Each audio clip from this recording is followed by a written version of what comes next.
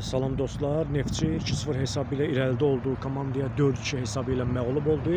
Bu məğlubiyyətdə də bir nömrəli günahkarlardan biri Samir Abbasovdur.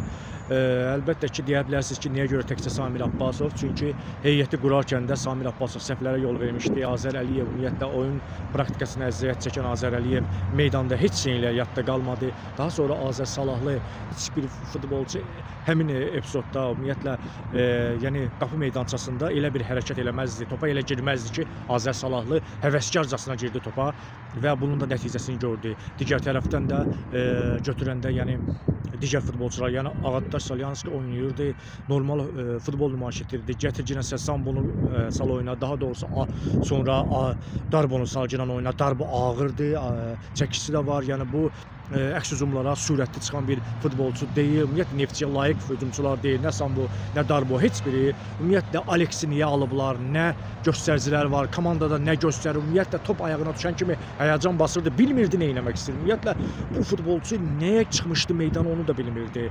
Quzzo hazır değildi və zədədən qayıtmışdı. Nəyə lazım idi Quzzonu salmaq? Mərkəzi, deməli dayaq tərəf bomboş oldu. Komanda mərkəzi, yarım müdafiəsi bomboş oldu və artıq açıq qapı oldu ki, Zirənin futbolçuları o tərəfə keçdilər, bu tərəfə keçdilər. Bunların günahkarı kim idi? Əlbəttə ki, Samir Abbasov. Görmürdü ki, ümumiyyətlə bunları. Əlbəttə görürdü.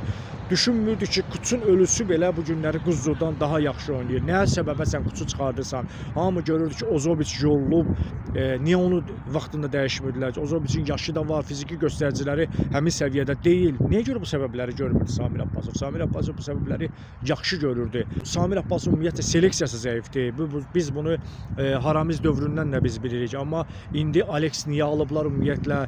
Sambolu niyə alıblar? Mən başa düşə bilmirəm bu futbolçular niyə alıblar?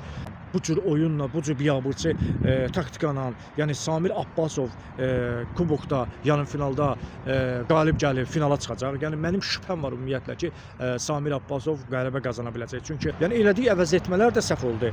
Yəni zaten əvəz etmə eləməsəydim belə komanda normal futbol oynayırdı. Və bu günləri Azər Salahın səhvlərini görmürsə, Azər Əliyevin oyununu görmürsə və digərlərinin səhvlərini görmürsə, deməli ki, günahkar bilavasitə Samir Abbasovdur. Samir Abbasovdan uzağa getməyəcək Neftçi, bunu Neftçi rəhbərliyi görməlidir və mütləq surətdə, əvvəl də demişəm, yenə də deyirəm, Kamildir, Zaurdur, komandada uzaqlaşmalıdır.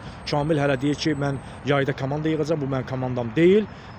Yəni yenə də utanmaz komanda yığmaqdan danışırlar, yenə də yeni oyuncular alıb pul qazanmaqdan danışırlar. Yetər, bu xalqın komandasıdır. Xalqın komandası daha yüksək yerlər uğrunda mübarizə aparmalıdır.